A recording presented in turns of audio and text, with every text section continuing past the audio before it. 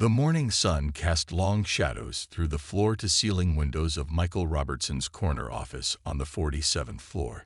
He sat in his expensive leather chair, staring at his computer screen with growing concern. As the CEO of TechVision Industries, a company he had built from the ground up over 20 years, he should have felt proud of his achievements. Instead, a gnawing feeling of disconnect had been growing in his stomach for months. His fingers scrolled through another batch of employee reviews on various workplace websites. "Management doesn't understand our daily challenges," one read. "It's like the higher-ups live in a different world," said another.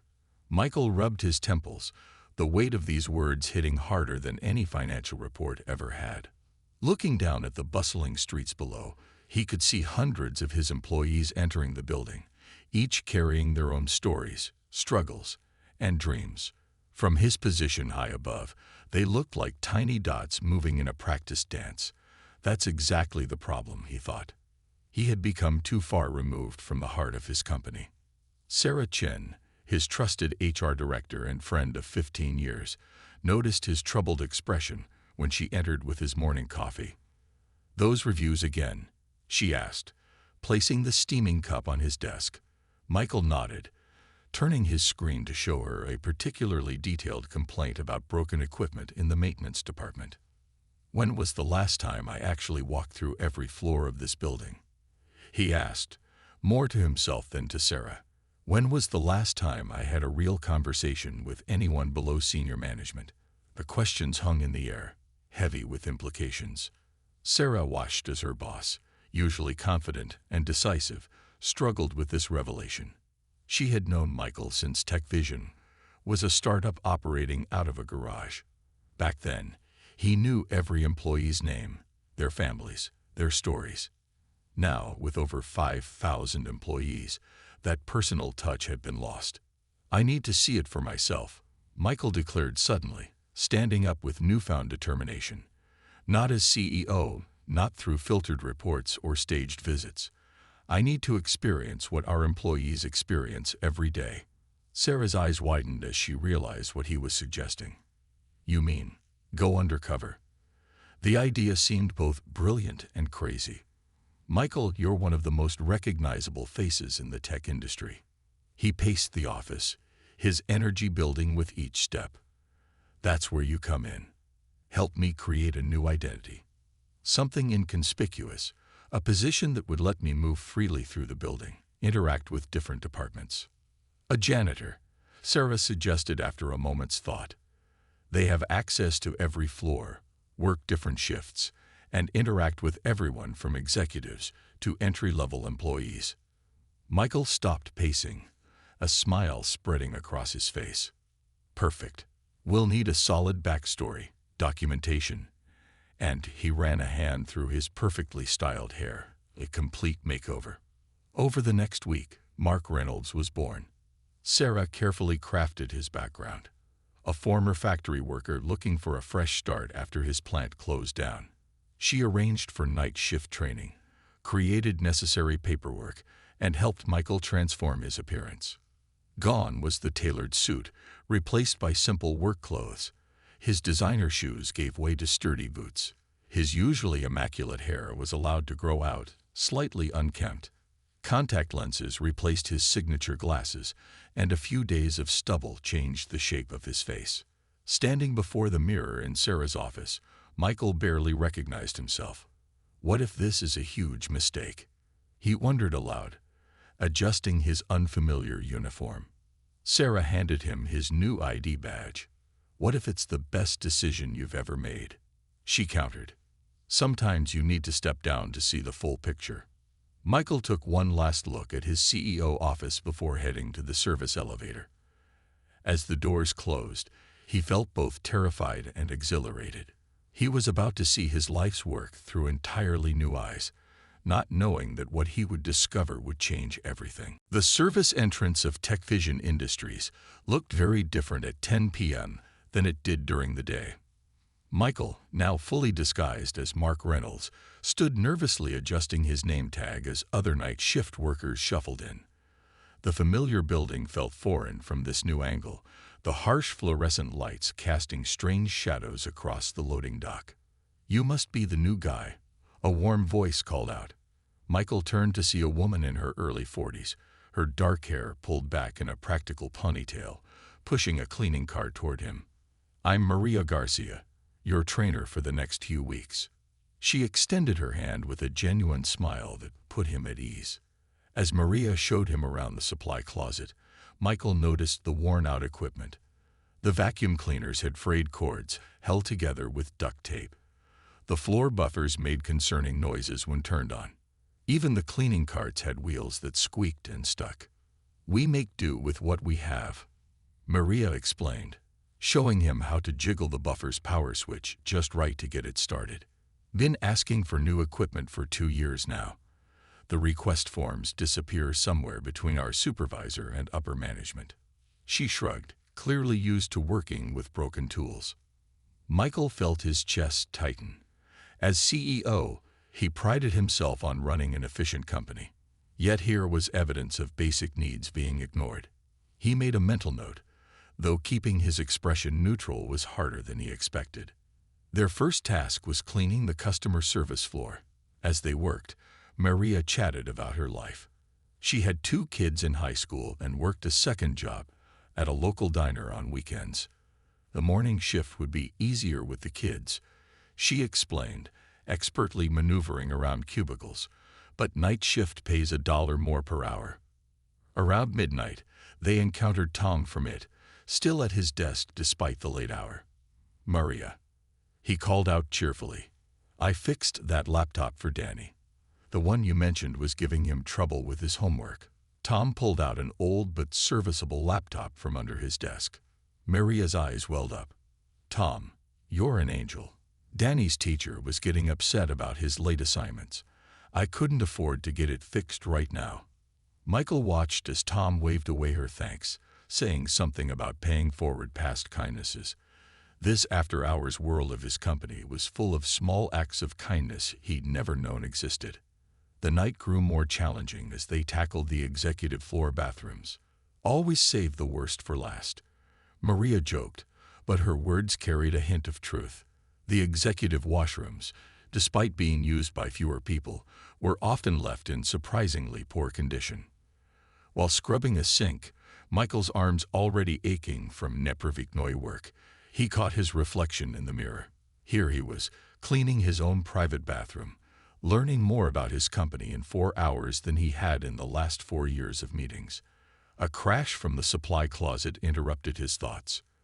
Running to check, they found one of the ancient vacuum cleaners had finally given up, its motor smoking slightly. Maria sighed, pulling out her phone. "I'll have to text Carmen on the 3rd floor to borrow hers when she's done. We'll be behind schedule, but what can you do?" Michael wanted to march up to his office and write a check for new equipment right then. Instead, he watched as Maria calmly problem-solved, coordinating with other cleaning staff via text messages, creating an informal equipment-sharing network born of necessity. As their shift neared its end at 6 a.m., Maria showed him how to properly store the surviving equipment. "You did good tonight, Mark," she said, patting his shoulder. "Most new people complain more about the broken stuff. You just rolled with it." Walking out into the early morning light, his muscles sore from unfamiliar labor, Michael felt something he hadn't experienced in years. The simple pride of honest work, mixed with a deep unease about what he'd discovered. As he watched Maria head off to her second job, he realized this was just the beginning of his education. By his 3rd night on the job, Michael had settled into a routine. The 2 a.m. break room became his favorite time to learn about his company. While the day shift employees saw a polished space with fancy coffee machines and fresh fruit, the night shift gathered in a smaller, less glamorous break room in the basement. Tonight, he sat at the worn formica table, unwrapping his sandwich while various employees drifted in and out. Maria was there, sharing her homemade tamales with everyone. The food sparked conversations, creating a comfortable atmosphere where people spoke freely. James Chen, a young marketing assistant, slumped into a chair nearby, looking defeated. "Everything okay?" Maria asked, sliding a tomato toward him. The simple act of kindness opened the floodgates. Remember that social media campaign I told you about last month? James stirred his coffee absent-mindedly. The one about connecting our tech with everyday heroes. Well, I just saw Karen present it to the board today, as her own idea. Michael nearly choked on his sandwich. Karen Thompson was his regional marketing director, someone he praised just last week for her innovative thinking. James continued, unaware of his reaction. She changed maybe 2 words from my original presentation. Even used the same examples I researched. James picked at his food. When I tried to speak up, she said I must have misunderstood our brainstorming session. Made it sound like I was trying to take credit for her work. Other employees shared similar stories. A customer service representative named Raj described how his suggestions for improving the help desk system were ignored, only to be implemented 6 months later as his manager's breakthrough initiative. No credit, no recognition, not even a thank you. That's why Derek from it left last month, someone added. 3 years of his coding innovations, all credited to his supervisor. Google snatched him up the moment he started looking. Michael listened, each story hitting him like a physical blow. He'd lost count of how many talented employees had left for competitors. The official exit interviews always cited better opportunities or career growth. Now he was learning the real reasons.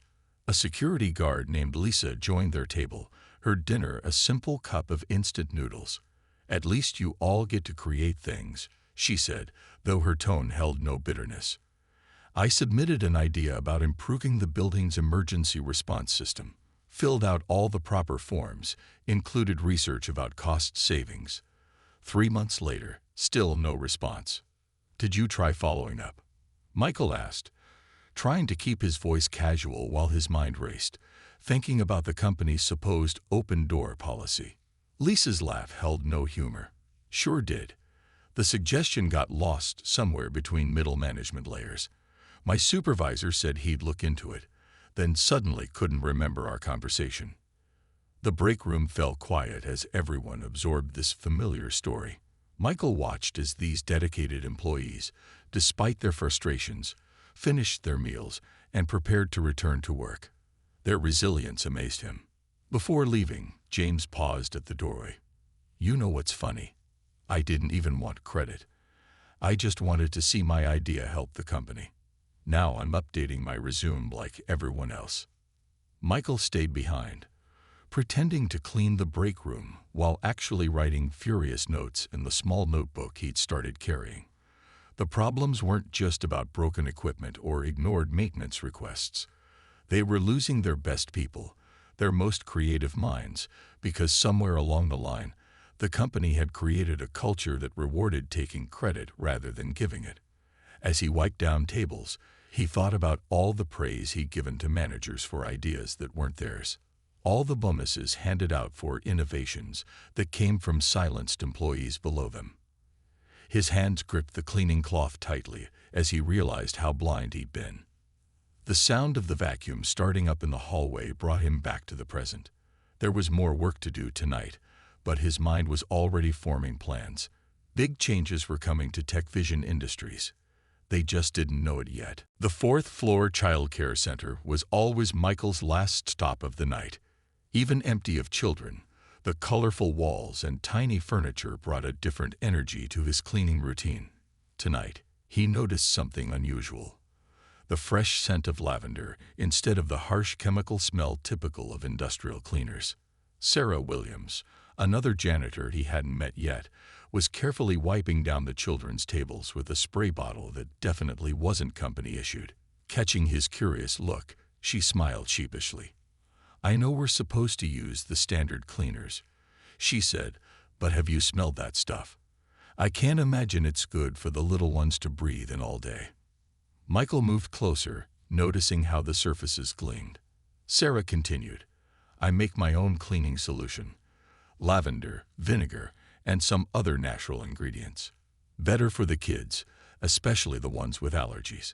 She reached into her cart and pulled out several professional-looking bottles with hand-printed labels. You buy all this yourself? Michael asked, already knowing the company didn't supply such products. Sarah nodded, showing him a collection of specialty brushes and cloths she'd also purchased. The parents trust us with their children's space, she explained, moving to sanitize a row of tiny chairs. Most of them work upstairs in marketing or development. They don't know me, but I know their kids. Little Emma's allergic to strong chemicals. Marcus has asthma. I couldn't sleep at night knowing I might make their conditions worse. As they worked together, Sarah shared more. She spent nearly a quarter of her monthly salary on these supplies. When Michael calculated the numbers in his head, the math was shocking. She was making significant personal sacrifices to protect children she only saw in passing. Around 3 a.m., they heard familiar footsteps in the hallway. Tom from it appeared, carrying his laptop bag. "Sarah, thought I'd find you here," he called out cheerfully. "Got those educational games installed on the center's computers like you asked. Should help keep the kids busy during late pickup times." Sarah's face lit up. "Tom, you're amazing." The teachers were saying how some of the kids get restless waiting for their parents during overtime shifts. She turned to Michael, explaining, "Tom does this all the time. Fixes things, installs programs, teaches us computer basics. He even helped me create a spreadsheet to track my cleaning supplies inventory." Tom waved off the praise, settling at one of the tiny tables to show Sarah how to launch the new programs. Michael watched as the IT specialist patiently explained everything, despite having already worked a full-day shift. "The kids deserve a good environment," Tom said simply. "Besides, my daughter used to come here before she started school. Just paying it forward." As they finished the child care center, Sarah shared more stories about the children. How she'd noticed one little boy struggling with his motor skills and quietly rearranged the play area to help him practice.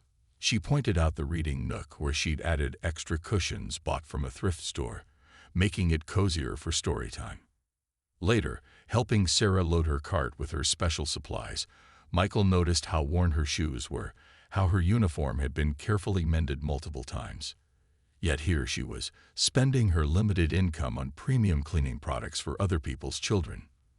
The night shift was nearly over when they passed Tom again, this time helping the security guard figure out how to send emails from his phone so he could communicate better with his child's teacher. No overtime pay, no recognition, just one employee helping another because it was the right thing to do. Walking to his car as the sun rose, Michael felt overwhelmed by what he'd witnessed. In the midst of all the company's problems with management and recognition, these hidden heroes were quietly making everyone's lives better, expecting nothing in return. He realized that the true heart of TechVision Industries wasn't in the executive offices. It was here, in the actions of employees like Sarah and Tom, whose kindness and dedication kept the company's humanity alive. The quiet of the night shift shattered at exactly 2:17 a.m. Michael was cleaning the windows on the tech floor when emergency lights began flashing throughout the building. The usual gentle hum of servers turned into an angry buzz, followed by warning beeps from multiple directions. "Something's wrong with the cooling system," called out David, one of the night security guards, rushing past Michael with a flashlight. Having spent 20 years building this company, Michael knew exactly what those alarms meant. Their main servers were overheating. Millions of dollars in data and equipment were at risk. Following David, Michael watched as the security guard quickly radioed other team members. "We need maintenance in server room B immediately, and someone get Jeff from it on the phone." David's voice remained steady despite the urgency of the situation. Within minutes, the night shift transformed into a well-coordinated emergency response team. Maria appeared with her cart, which surprisingly contained several battery-powered fans. "We bought these after the last cooling failure," she explained, immediately setting them up near the server room doors. "Management never approved the backup cooling system we requested." 2 more security guards arrived, helping David access the emergency panels. Michael stood back, amazed at how efficiently they worked together. These weren't just security guards. They had learned the building's systems inside and out, preparing for situations exactly like this. Jeff, the lone person on night duty, joined them looking rumpled and worried. The backup cooling system should have kicked in, he muttered, fingers flying over his laptop. But half the sensors are showing errors. We've been requesting maintenance on those for months. Michael felt his stomach sink. As CEO, he'd never seen these maintenance requests. They must have been stuck somewhere in middle management, deemed non-essential by someone who didn't understand their importance. The temperature in the server room continued to rise. We've got 15 minutes max before we need to start emergency shutdowns, Jeff announced grimly. That would take our entire Asia division offline during their peak hours. We'd lose millions in transactions. Instead of panicking, the team worked faster. Maria and another cleaner named Robert began running extension cords from other floors, powering up every fan they could find. David and his team located the manual override switches that the building's architects had installed years ago, but had been forgotten by most staff. The maintenance requests included a note about these switches, David explained as they worked. We studied the original building plans during our lunch breaks. Management said the training course for this was too expensive. Jeff coordinated with international offices, ready to reroute critical systems if needed. Michael watched in awe as these underpaid, overlooked employees fought to save the company millions of dollars, using knowledge they'd gained on their own time and equipment they'd purchased themselves. At 2:43 a.m., their efforts paid off. The temperature began to drop, and one by one, the warning lights turned green. The crisis had been averted, not by expensive systems or highly paid consultants, but by dedicated employees who cared enough to learn, prepare, and act. As the team began cleaning up, Michael overheard Jeff talking to his supervisor on the phone. Yes, sir, everything's stable now. No, sir, no need to come in. The night team handled it. There was no mention of individual names or efforts. By morning, this would be logged as a minor incident, the true heroes unrecognized. Maria started packing away the fans, carefully labeling them for the next potential emergency. Just another exciting night at Tech Vision, she joked, but Michael could see the pride in her eyes. These employees had just saved the company from a disaster, using skills they weren't paid for and equipment they'd purchased themselves. Walking back to his cleaning cart, Michael's hands were shaking, not from fear of what could have happened, but from anger at what he was discovering. His company had been surviving not because of its expensive management systems, but despite them, saved by the dedication of employees who had every reason to walk away, but chose to stay and care. After the server room crisis, Michael found himself drawn to learn more about his night shift coworkers. During his break, he noticed David, the security guard who had handled the emergency so well, sitting alone in the break room. His security jacket was carefully mended, and he was reading what appeared to be a complex programming book. Mind if I join you? Michael asked, setting down his sandwich. David smiled warmly, marking his page. Looking closer, Michael recognized the book. It was an advanced artificial intelligence text he'd just seen discussed in a tech magazine. Most people are surprised to see a security guard reading this, David said, noticing Michael's interest. Back home in Nigeria, I was a senior software engineer. Had my own team, worked on some exciting projects. He closed the book carefully, treating it like a precious object. What happened? Michael asked, though he had a sinking feeling he already knew. Moved here for better opportunities, like many others, but my degree and 15 years of experience. David shrugged. They said they couldn't verify my credentials. Every tech company wanted local experience, local education. Security work was the only job I could get. Michael watched as David pulled out his phone, showing pictures of complex code on a small screen. I still code in my free time.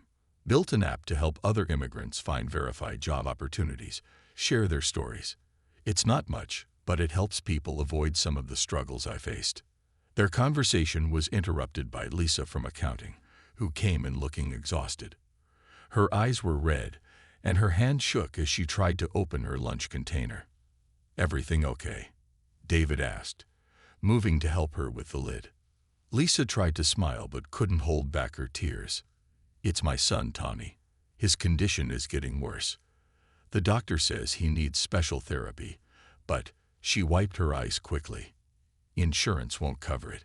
Says it's experimental, even though it's the only thing that's helped other kids with his condition." Michael felt his chest tighten. He remembered approving the company's current insurance policy, trusting his advisors who said it was industry standard. Now he was seeing the human cost of those standardized decisions. 15 years I've worked here," Lisa continued, her voice quiet. "Started in the mailroom, worked my way up to junior accountant.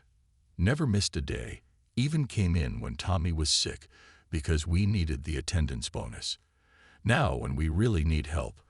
She left the sentence unfinished. David reached out, putting a gentle hand on her shoulder. "Show him the pictures," he encouraged. "Mark should see what you're working for." Lisa pulled out her phone, showing Michael photos of a smiling 12-year-old boy. "This was Tommy last year, when the treatments were working. We sold our car to pay for them." She swiped to a more recent photo. "This is him now. He can barely walk some days, but he never complains. Just keeps saying he doesn't want mommy to worry." Michael struggled to keep his emotions in check as Lisa shared more about Tommy, his love for science, his dream of becoming a doctor to help other kids like him, how he still tried to do his homework even on bad days, all while his mother worked extra hours, trying to save enough for treatments that should have been covered by his own company's insurance. As their break ended, Michael watched David help Lisa pack up her barely touched lunch, promising to cover the start of her shift so she could make a quick phone call to check on Tommy. These weren't just employees. They were people with rich lives, valuable skills, and heavy burdens, all trying their best to survive in a system that seemed designed to ignore their struggles. Walking back to his cleaning cart, Michael's mind raced with all he'd learned. His company had a brilliant programmer working as a security guard and a dedicated mother choosing between work loyalty and her child's health. The weight of these revelations felt heavier than any corporate decision he'd ever made as CEO. It happened during what should have been a routine cleaning of the records room. Michael was organizing old files when a thick folder labeled Employee Suggestions 2023 caught his eye. Curious, he opened it and began reading. What he found made his hands shake with anger. There, neatly filed and forgotten, were hundreds of cost-saving ideas from employees at every level. A cafeteria worker had suggested a way to reduce food waste that could save thousands monthly. A parking attendant had developed a new system that could cut garage operation costs by 30%. Each suggestion was carefully written, many with detailed research and numbers to back them up. As he dug deeper, he found Maria's equipment replacement requests, complete with pricing comparisons and safety concerns. David's proposal for an improved security system was there too, gathering dust instead of saving money. Even a detailed plan from the maintenance team about energy efficiency that could have saved millions in operating costs. "I see you found the suggestion graveyard," a quiet voice said. Michael turned to find Nancy, an older woman who'd worked in records for 20 years. "I keep them all, even though they never make it past middle management. Seems wrong to throw away all that good thinking." Michael's throat felt tight. "How long has this been going on?" Nancy adjusted her glasses. "Oh, it got worse about 5 years ago. That's when the new regional managers came in. They started what they called streamlining the suggestion process." She pulled out another folder. "Here's an interesting pattern. See these bonus reports? Every time an employee suggestion got stuck here, something similar would appear a few months later, under a manager's name." Before Michael could respond, he heard raised voices from the hallway. Following the sound, he found Maria surrounded by 3 day-shift supervisors, her eyes glistening with unshed tears. "This is your final warning about tardiness," one supervisor was saying, checking his expensive watch. 5 minutes late is still late. "But Mr. Phillips, I stayed 2 hours extra last night cleaning up a spill in the server room," Maria protested quietly. The cleaning helped prevent equipment damage. That's not relevant to this discussion. Phillips cut her off. Rules are rules. One more late arrival, and we'll have to take disciplinary action. Michael watched as Maria's shoulders slumped. This woman who had just helped save millions in equipment, who bought supplies with her own money, who trained new employees with patience and kindness, was being threatened over 5 minutes after working unpaid extra hours. Back in the records room, Nancy was organizing the latest batch of ignored suggestions. "You know what's funny?" she said, not looking up. "The CEO seems like a good person. My daughter once read an article about how he started this company in his garage, wanted to create a place where innovation could come from anywhere. Wonder what he'd think if he knew about all this." Michael mumbled an excuse and hurried to the bathroom, barely making it before his emotions overwhelmed him. Looking in the mirror, he saw his disguise. The slightly messy hair, the work clothes, the hidden identity that had shown him the truth about his company. He thought about James's stolen marketing campaign and Sarah's self-bought cleaning supplies. He remembered Tom's unpaid extra hours and David's wasted talent. He pictured Lisa choosing between work and her sick son, and Maria being scolded after saving the company from disaster. The suggestion folders felt like they were burning in his memory. 5 years of ignored ideas. 5 years of crushed innovation. 5 years of his dream turning into exactly the kind of company he had wanted to change. Splashing water on his face, Michael made his decision. He couldn't watch this happen for one more day. It was time for Mark Reynolds, the janitor, to disappear, and for Michael Robertson, the CEO, to return, with a vengeance. The company-wide meeting was scheduled for 10 a.m. sharp. Employees filled the main conference room, with video links set up for other offices worldwide. Michael stood at the back, still in his janitor's uniform, watching as his executive team took their usual seats at the front. Sarah Chin from HR kept glancing nervously at her phone, worried about the CEO's unusual absence. The regional managers were checking their watches, whispering about the delay. In the middle rows, Maria sat with other cleaning staff, looking uncomfortable in the formal setting. They rarely attended company meetings but had received special invitations this morning. At exactly 10:05, the door opened. Every head turned, expecting to see Michael Robertson in his usual crisp suit. Instead, Mark Reynolds walked to the front of the room. Confused murmurs filled the air. "Some of you know me as Mark, the new night shift janitor," he began, his voice carrying clearly through the room. "But most of you know me as Michael Robertson, CEO of TechVision Industries." He reached up and removed the fake glasses, running a hand through his hair to return it to its familiar style. The room erupted in gasps and whispers. Maria's hands flew to her mouth in shock. In the executive row, faces turned pale as understanding dawned. "For the past month, I've worked alongside our night shift employees," Michael continued, his voice growing stronger. "What I discovered has changed everything I thought I knew about our company." He turned to Maria. "I learned about dedication from Maria Garcia, who stays extra hours without pay to handle emergencies, only to be threatened with disciplinary action for being 5 minutes late." Maria's eyes filled with tears as nearby employees placed supportive hands on her shoulders. "I learned about innovation from James Chin, whose brilliant marketing campaign was stolen by his supervisor." In the front row, Karen Thompson seemed to shrink in her seat as heads turned toward her. "I discovered David Okonjo, a brilliant programmer working as a security guard, because we couldn't be bothered to verify his foreign credentials properly." David stood straighter, finally being seen for who he really was. Michael's voice cracked as he continued. "I met Lisa Thompson, who's worked here 15 years, but can't afford proper medical treatment for her son because our insurance policy prioritizes profits over people." He pulled out the folder of ignored suggestions. "And I found this. Hundreds of innovative ideas buried in our records room, while managers claimed credit for their employees' creativity." Walking to the center of the stage, Michael looked directly at his executive team. "We've lost our way. The company I dreamed of building was supposed to value every voice, celebrate every contribution. Instead, we've created a system that rewards taking credit over giving it, that prioritizes appearances over substance." He turned back to the room. "To every employee who's had their ideas stolen, their dedication ignored, their potential wasted, I apologize. Not just as CEO, but as someone who's now worked alongside you and seen your true value." Sarah Chen stood up, walking to join him on stage. She had been his only confidant in this plan, and now she handed him a stack of documents. "Starting today, everything changes," Michael announced.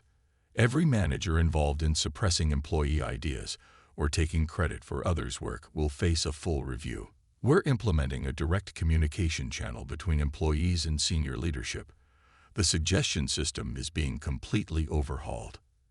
He looked at Lisa. "Our insurance policy is being rewritten to actually serve our employees' needs." Then to David, "We're creating a new international credential verification program." To Maria and her team, "All maintenance equipment will be replaced immediately." The room sat in stunned silence as Michael removed his janitor's uniform jacket, revealing his usual dress shirt underneath. "I've seen the heart of this company, and it's not in this executive row. It's in every employee who stays late, helps others, and cares enough to make things better. Starting today, TechVision Industries will finally live up to its original promise, a place where every voice matters, and innovation truly can come from anywhere." 6 months after Michael's dramatic revelation, TechVision Industries had transformed into a completely different workplace. The changes were visible from the moment you walked through the front door, where a new digital board displayed employee innovations and achievements from all levels of the company. In the maintenance department, Maria supervised the installation of brand new cleaning equipment. Her promotion to Facilities Operations Director came with a significant raise, and more importantly, the authority to make real changes. The night shift now had the same quality break room as the day shift, and every suggestion for improvement received a response within 48 hours. David's office in the newly created International Talent Division buzzed with activity. His first project had been creating a fair system for validating international credentials, drawing from his own experience. Already, the company had hired 30 highly skilled immigrants who might have otherwise been overlooked. His coding app for immigrants had become an official company-sponsored project, with a team of developers working to expand its reach. The marketing department had undergone the biggest shakeup. James now led his own team, with his original social media campaign becoming the company's most successful advertising effort to date. Karen and several other managers who had taken credit for their employees' work had been asked to leave. The walls between cubicles, once symbols of division, had been replaced with collaborative spaces where teams could work together openly. Lisa's son Tommy had become the face of the company's healthcare transformation. The new insurance policy, dubbed the Tommy Thompson Plan, covered a wide range of treatments previously considered experimental. Tommy's therapy was fully covered, and his progress inspired the company to partner with local hospitals to fund research into rare childhood conditions. Lisa, now heading the employee wellness program, made sure no other parent would have to choose between work and their child's health. Even the suggestion system had been revolutionized.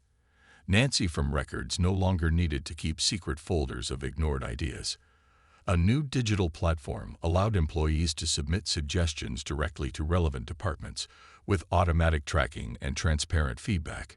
Every implemented idea earned its creator recognition and a share of the cost savings or revenue generated. Sarah's simple cleaning solution for the child care center had sparked an entire green initiative. The company now used only environmentally friendly cleaning products, and her approach had been implemented across all TechVision offices worldwide. The Children's Center had been expanded, with Tom's educational computer programs becoming a standard feature that other companies wanted to copy. The changes showed in the numbers too. Employee turnover dropped by 40% in 6 months. Productivity soared as people felt truly valued for their contributions. The company's reputation improved so dramatically that applications for open positions tripled, with candidates specifically citing the company's new culture as their reason for applying.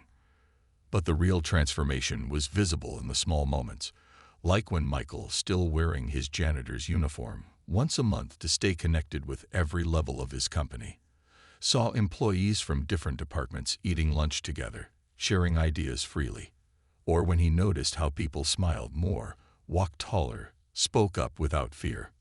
During one of his night shift walks, Michael found Maria training a new employee. "The best thing about working here," she was saying, "is that everyone's voice matters. From the CEO to the newest hire, we're all part of making things better." Later that night, as he helped Maria test some new equipment, Michael reflected on his journey. The company he dreamed of building had finally become reality, not through grand corporate strategies, but by simply listening to the hearts and minds of every employee. The transformation wasn't just about new policies or programs. It was about dignity restored, talents recognized, and dreams renewed. TechVision had become more than a successful company. It had become a community where innovation truly could come from anywhere, and where every person knew their value would be seen and celebrated.